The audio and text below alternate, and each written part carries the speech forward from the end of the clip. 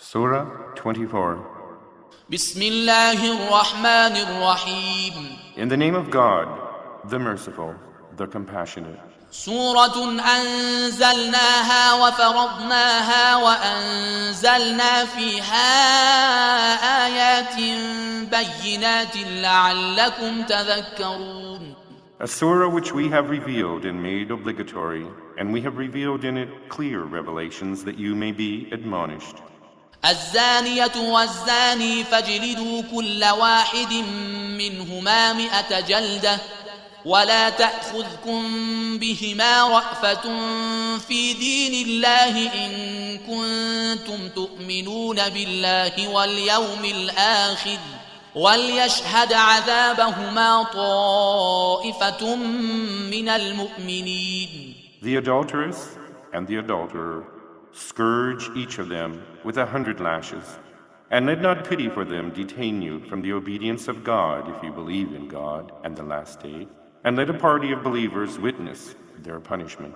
الزاني لا ينكح إلا زانية أو مشركة والزانية لا ينكحها إلا زان أو مشرك وحرم ذلك على المؤمنين.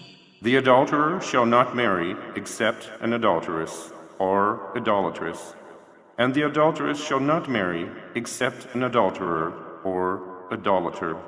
That is forbidden to the believers. والذين يرمون المحصنات ثم لم يأتوا ب4 شهداء فاجلدوهم 80 جلدة ولا تقبلوا لهم شهادة أبدا وأولئك هم الفاسقون. And those who accuse chaste women and do not produce 4 witnesses, scourge them with 80 lashes, and do not accept any testimony of theirs ever. Those are indeed the wicked transgressors. إلا الذين تابوا من بعد ذلك وأصلحوا فإن الله غفور رحيم. Unless they repent thereafter and reform themselves, surely God is all forgiving, all merciful. والذين يرمون أزواجهم ولم يكن لهم شهداء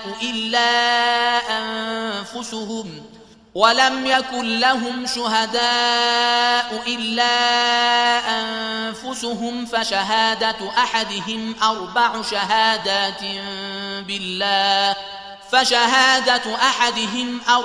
شهادات بالله إنه لمن الصادقين. And those who accuse their own spouses and have no witness except themselves, the testimony of one of them is that he shall swear by God 4 times that he is truthful.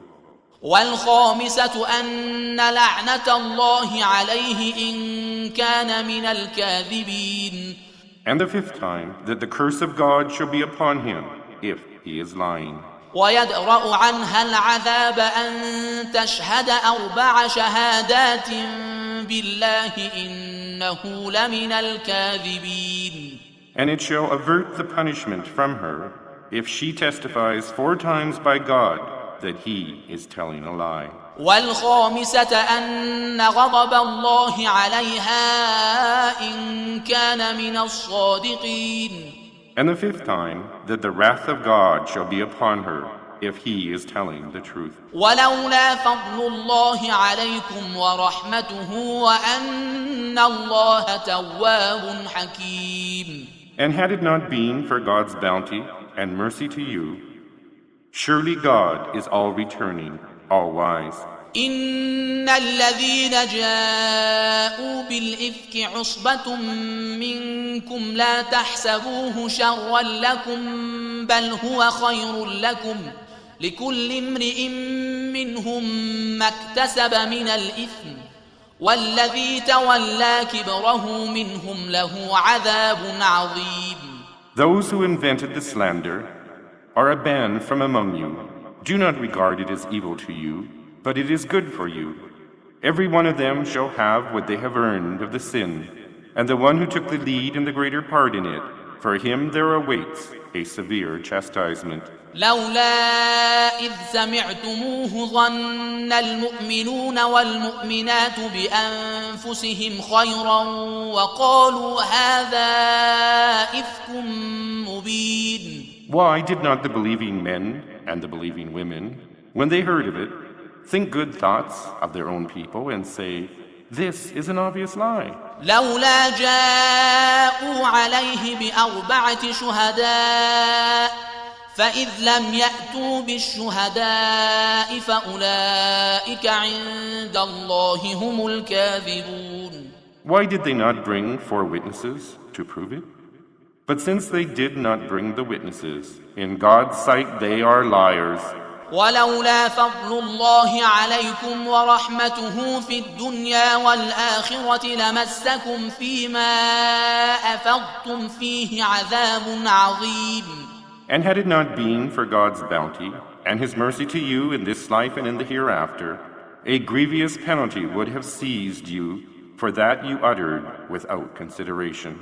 إذ تلقونه بألسنتكم وتقولون بأفواهكم ما ليس لكم به علم وتحسبونه هينا وهو عند الله عظيم. But you passed it from one tongue to another and uttered with your mouths that whereof you had no knowledge, and regarded it as a facile matter. Well, in God's sight, it is a most serious thing. ولولا إذ سمعتموه قلتم ما يكون لنا أن نتكلم بهذا سبحانك هذا بهتان عظيم. And why did you not, when you heard of it, say, "It is not for us to speak of this. Glory be to you. This is a serious calumny." يعظكم الله أن تعودوا لمثله أبدا إن كنتم مؤمنين. God admonishes you that you should not return to the like of it ever again, if you are believers. ويبين الله لكم الآيات والله عليم حكيم.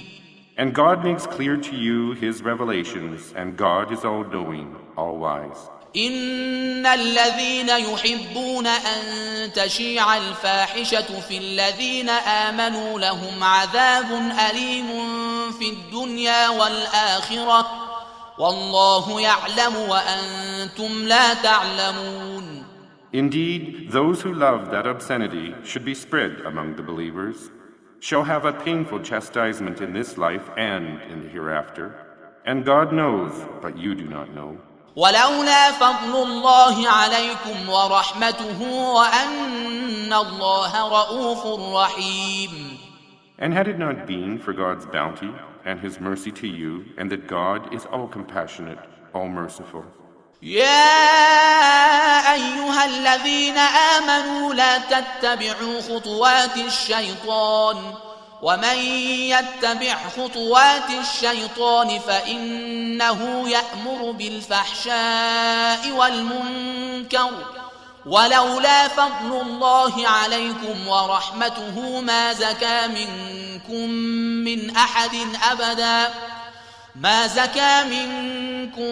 من أحد أبدا ولكن الله يزكي من يشاء والله سميع عليم. O you who believe, do not follow in the footsteps of Satan, and whoever follows in the footsteps of Satan, surely he bids to obscenity and abomination. And had it not been for God's bounty and His mercy to you, none of you would ever have been pure. But God purifies whom He pleases, and God is all-hearing, all-knowing. ولا يأتل أولو الفضل منكم والسعة أن يؤتوا أولي القربى والمساكين والمهاجرين في سبيل الله وليعفوا وليصفحوا ألا تحبون أن يغفر الله لكم والله غفور رحيم. And let not those among you who are endued with bounty and plenty swear by oath against those giving near of kin and the poor, and those who have immigrated in the cause of God. but let them pardon and forgive. Do you not love that God should forgive you? And God is all-forgiving, most merciful. إن الذين يرمون المحصنات الغافلات المؤمنات لعنوا في الدنيا والآخرة ولهم عذاب عظيم. Surely those who accuse chaste believing women who are unaware are cursed in this life and in the hereafter, and they shall have a grievous chastisement. يوم تشهد عليهم ألسنتهم وأيديهم وأرجلهم بما كانوا يعملون. On the day when their tongues and their hands and their legs shall bear witness against them as to what they were doing. يومئذ يوفيهم الله دينهم الحق ويعلمون أن الله هو الحق المبين. On that day, God will justly recompense them, and they shall know that God is the truth manifest. الخبيثات للخبيثين والخبيثون للخبيثات والطيبات للطيبين والطيبون للطيبات أولئك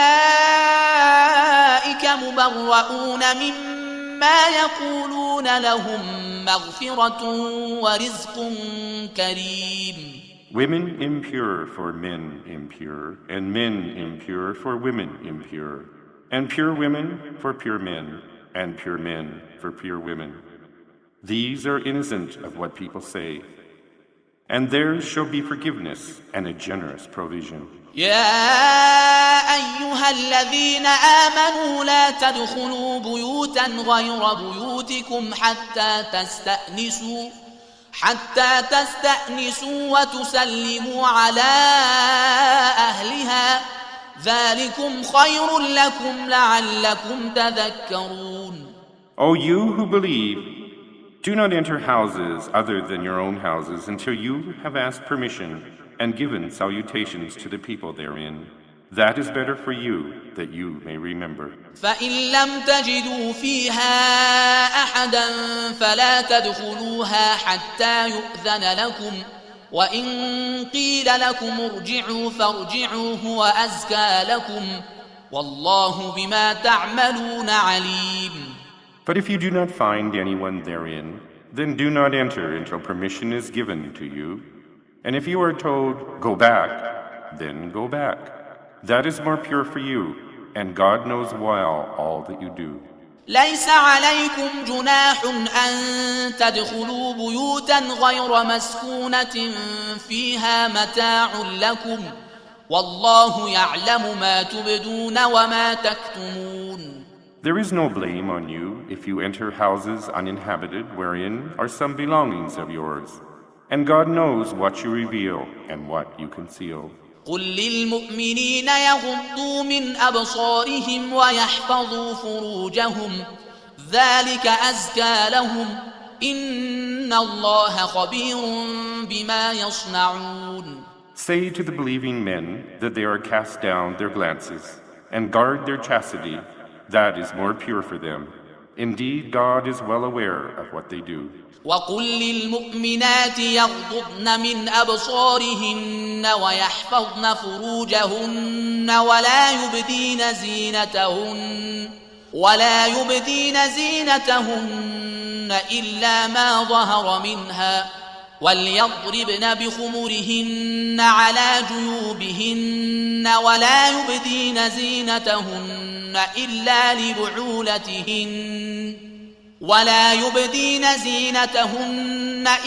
لبعولتهن أو آبائهن أو آباء بعولتهن أو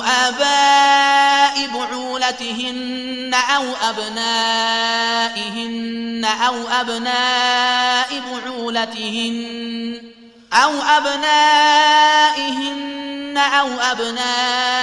بعولتهن أو إخوانهن أو بني إخوانهن أو بني أخواتهن أو نسائهن أو ما ملكت أيمانهن أو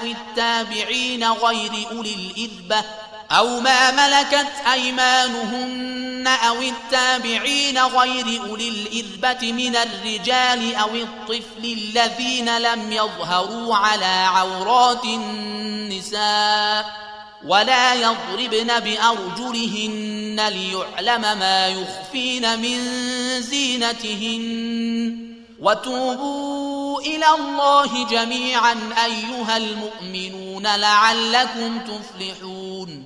And say to believing women that they cast down their glances and guard their chastity, and reveal not their adornment, except that which must appear, and let them draw their veils around their garments over their chests, and not reveal their adornment except to their husbands, their fathers, their husbands' fathers, their sons, their husbands' sons, their brothers' sons, their sisters' sons, or believing women, or what their right hands possess of women, or male servants proven free of physical desire, or young children who have no sense of the shameful parts. Nor let them strike their feet, so that their hidden ornaments may attract. And repent altogether to God, O you who believe, so that you may be successful. وأنكحوا الأيام منكم والصالحين من عبادكم وإمائكم إن يكونوا فقراء يغنهم الله من فضله والله واسع عليم. And marry those among you who are single, and the virtuous ones among your slaves, male or female. And if they are poor, God will provide means for them out of his bounty. And God is infinite, all-knowing. وَلْيَسْتَعْفِفِ الَّذِينَ لَا يَجِدُونَ نِكَاحًا حَتَّى يُغْنِيَهُمُ اللَّهُ مِنْ فَضْلِهِ والذين يبتغون الكتاب مما ملكت أيمانكم فكاتبوهم إن علمتم فيهم خيرا وآتوهم من مال الله الذي آتاكم ولا تكرهوا فتياتكم على البغاء إن أردنا تحصنا لتبتغوا عرض الحياة الدنيا ومن يكرههن فإن الله من بعد إكراههن غفور رحيم. And those who find not the means to marry, let them keep themselves chaste until God gives them means from his bounty. And if any of those whom your right hands possess ask for a deed of emancipation, contract such deed with them. If you know any good in them, and give out of the means that God has given you. And do not constrain your slave girls to prostitution. Surely they desire to keep themselves chaste, in order that you gain of the worldly life. And whoever constrains them, surely God, after such constraint, is to them all-forgiving, most merciful. وَلَقَدْ أَنزَلْنَا إِلَيْكُمْ آيَاتٍ مُبَيِّنَاتٍ وَمَثَلًا مِنَ الَّذِينَ خَلَوْا مِن قَبْلِكُمْ وَمَوْعِظَةً لِلْمُتَّقِينَ.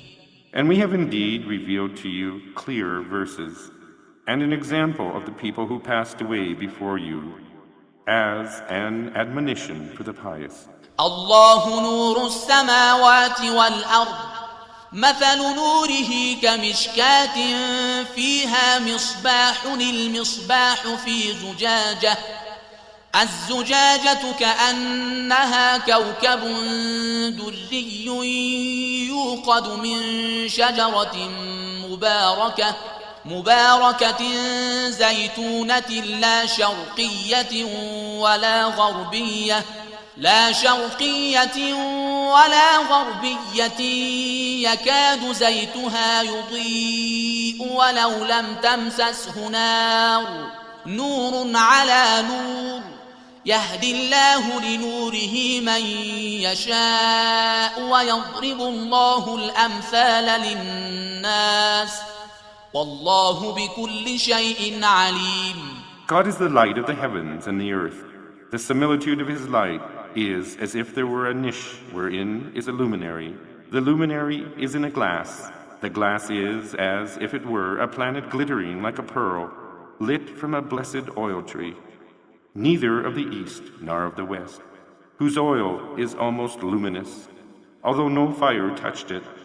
Light upon light God guides to his light whom he pleases, and God sets similitudes for people, and God is all-knowing of all things. في بيوت أذن الله أن ترفع ويذكر فيها اسمه يسبح له فيها بالغدو والآصال. In houses, God has enjoined that his name should be raised and extolled, glorifying him therein in the mornings and in the evenings. رجال لا تلهيهم تجارة ولا بيع عن ذكر الله وإقام الصلاة وإيتاء الزكاة يخافون يوما تتقلب فيه القلوب والأبصار.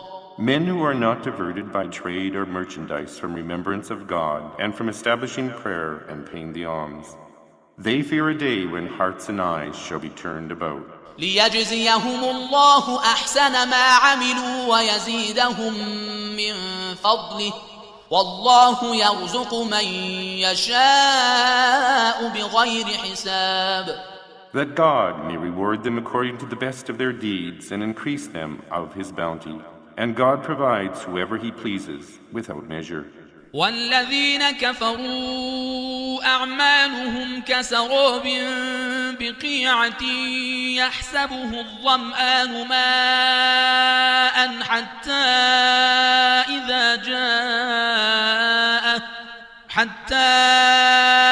إذا جاءه لم يجده شيئا ووجد الله عنده فوفاه حسابه والله سريع الحساب. And those who disbelieve, their deeds are as a mirage in a level desert, which the thirsty one deems to be water until he reaches it. He finds nothing, but he finds God there, and he pays him his account in full. And God is swift in reckoning. أو كظلمات في بحر لجي يغشاه موج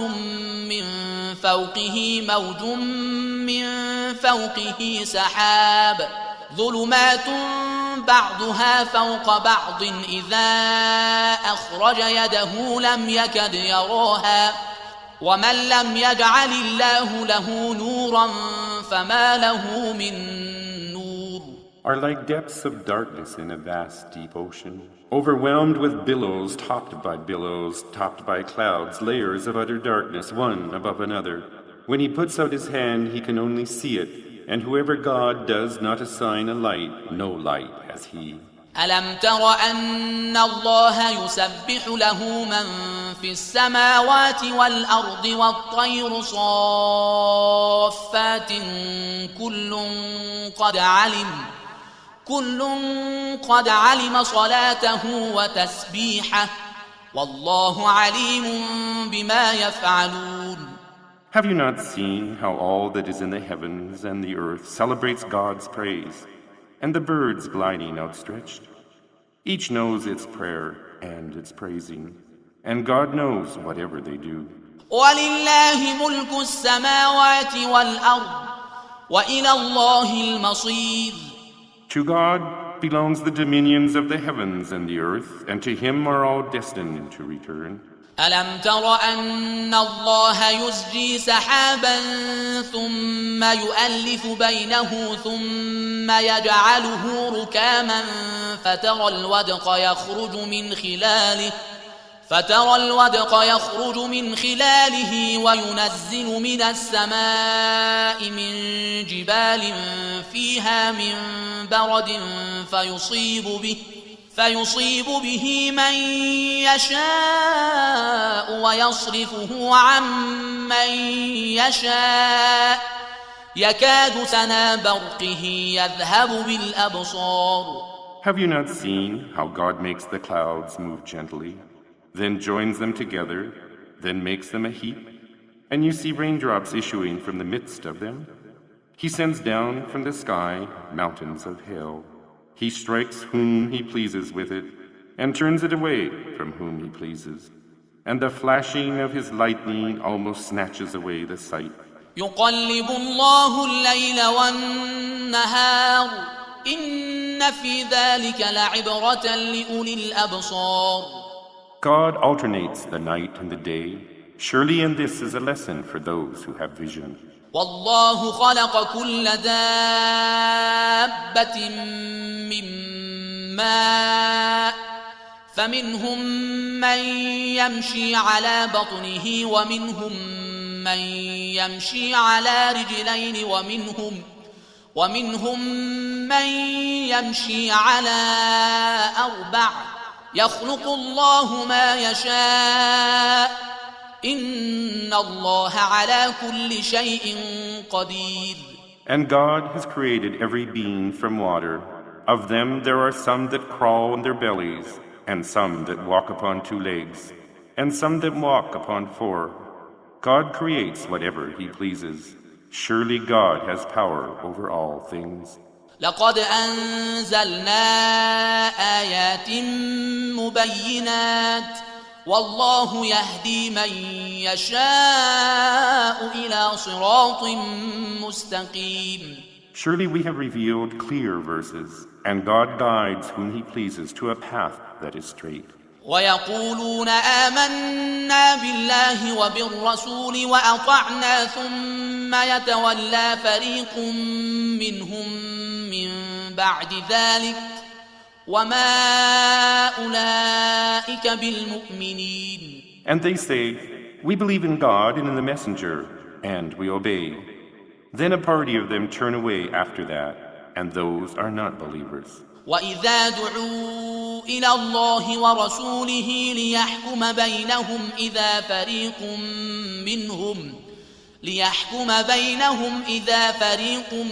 منهم معرضون. And when they are summoned to God and his messengers that he may judge between them, a party of them turn away, declining. وإن يكن لهم الحق يأتوا إليه مذعنين. And if the right is on their side, they come to him in all submission.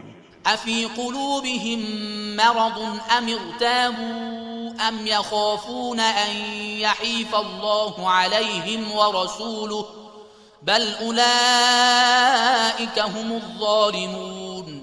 Is it that there is a sickness in their hearts? Or do they doubt? Or are they in fear that God and his messenger may deal unjustly towards them? But they themselves are the unjust. إنما كان قول المؤمنين إذا دعوا إلى الله ورسوله ليحكم بينهم أن يقولوا سمعنا وأطعنا وأولئك هم المفلحون. Most surely the believers, when they are summoned to God and his messenger that he may judge between them, say only, we hear and we obey. They are the successful. ومن يطع الله ورسوله ويخشى الله ويتقه فأولئك هم الفائزون. Whoever obeys God and his messenger and fears God and is in awe of him, they are the winners. وأقسموا بالله جهد أيمانهم لئن أمرتهم ليخرجن قل لا تقسموا طاعة معروفة إن الله خبير بما تعملون. And they have sworn by God the most earnest oath. If you should command them, they will go forth. Say, do not swear. Your obedience is well known, and indeed God is all-knowing of all that you do. قل أطيعوا الله وأطيعوا الرسول فإن تولوا فإنما عليه ما حمل وعليكم ما حملتم وإن تطيعوه تهتدوا وما على الرسول إلا البلاغ المبين. Say, obey God and obey the messenger. But if you turn away, the messenger is responsible for the duty entrusted to him, and you are responsible for the duty entrusted to you. And if you obey him, you will be well guided, and it is only for the messenger to convey the clear message. وعد الله الذين آمنوا منكم وعملوا الصالحات ليستخلفنهم في الأرض كما استخلف الذين من قبلهم وليمكنن لهم دينهم الذي ارتضى لهم وليبدلنهم من بعد خوفهم أمنا يعبدونني لا يشركون بي شيئا ومن كفر بعد ذلك فأولئك هم الفاسقون. God has promised those of you who believe and do righteous deeds that He will surely grant them inheritance in the land, even as He granted those before them inheritance, and that He will certainly establish their religion in authority, the one He has chosen for them, and He will change their state of fear into one of security. They shall worship me and never associate anything with me. Whoever disbelieves after that, they are wicked and rebellious. وأقيموا الصلاة وآتوا الزكاة وأطيعوا الرسول لعلكم ترحمون.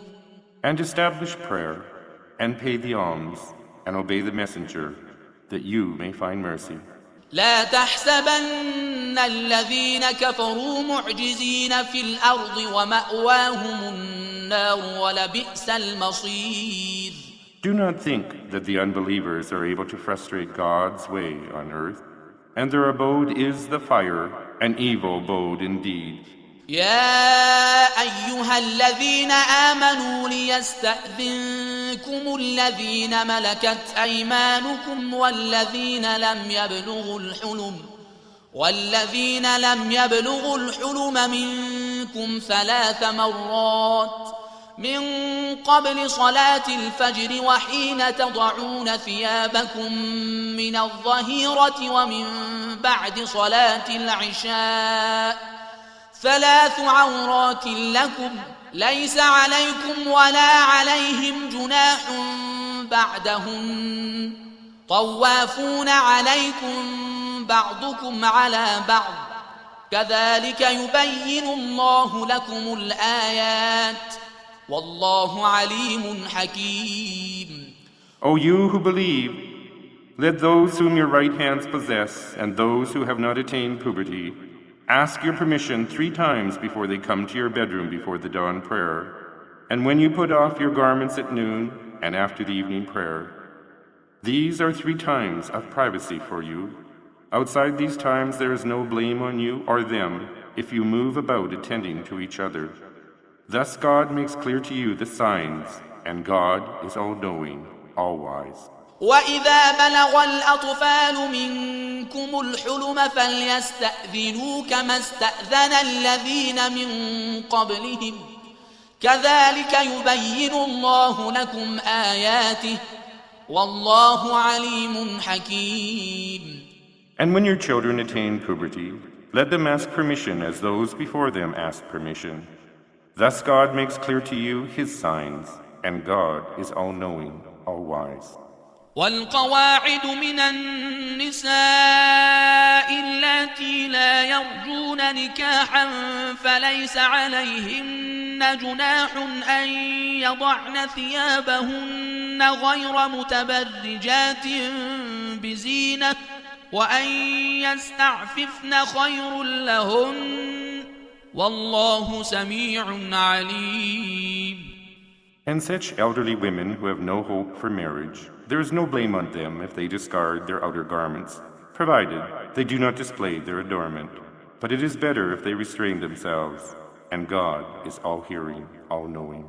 ليس على الأعمى حرج ولا على الأعرج حرج ولا على المريض حرج ولا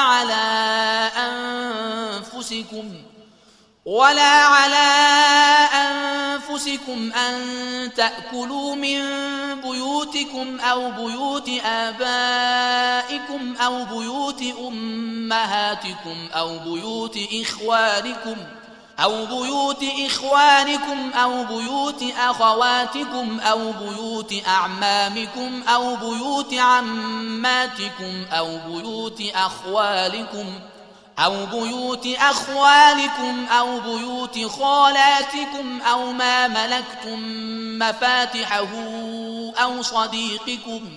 ليس عليكم جناح أن تأكلوا جميعا أو أشتاتا، فإذا دخلتم بيوتا فسلموا على أنفسكم تحية من عند الله مباركة طيبة، كذلك يبين الله لكم الآيات لعلكم تعقلون. There is no blame on the blind, and there is no blame on the lame, and there is no blame on the sick, nor on yourselves, that you eat from your houses, or your father's houses, or your mother's houses, or your brother's houses, or your sister's houses, or your paternal uncle's houses, or your paternal aunt's houses, or your maternal uncle's houses, or your maternal aunt's houses, or what you possess the keys of, or your friends' houses. There is no blame on you that you eat together or separately. So when you enter houses, greet each other with a greeting of blessing and purity as from God. Thus God makes clear the signs to you that you may understand. إنما المؤمنون الذين آمنوا بالله ورسوله وإذا كانوا معه على أمر جامع لم يذهبوا حتى يستأذنوه.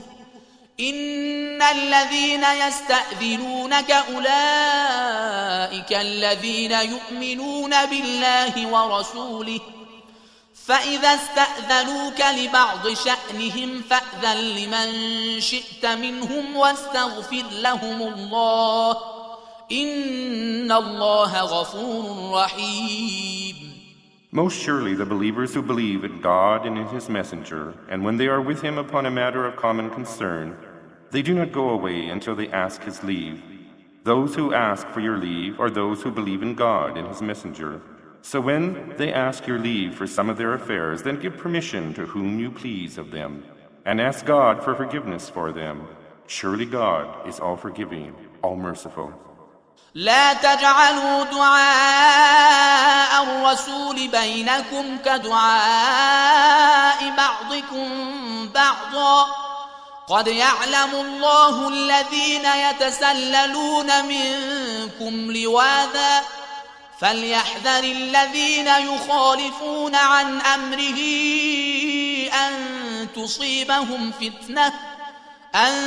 تصيبهم فتنة أو يصيبهم عذاب أليم. Do not address the messenger among yourselves as you would address one another. God knows those of you who slip away quietly.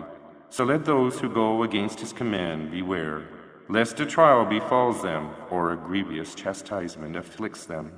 ألا إن لله ما في السماوات والأرض، قد يعلم ما أنتم عليه ويوم يرجعون إليه فينبئهم بما عملوا والله بكل شيء عليم. Indeed, whatever is in the heavens and on earth belongs to God. He knows your intentions, and the day they will be returned to Him, He will inform them of what they have done. And God is all-knowing of all things.